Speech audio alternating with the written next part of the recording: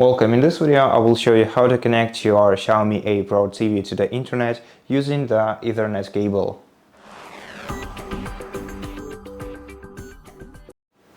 So, prepare your LAN cable that you're gonna be connecting to your TV, and in the meantime, you have to locate the Ethernet port. It's located on the left edge on the back side of your TV.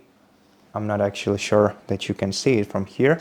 Let me bring the lamp closer so you can see everything better.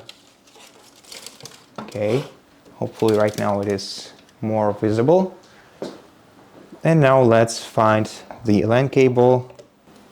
Okay, so unfortunately I don't have one that is connected to the outlet, but or to the Wi-Fi router, but we have the LAN cable port right here, and here is where you plug in the LAN cable.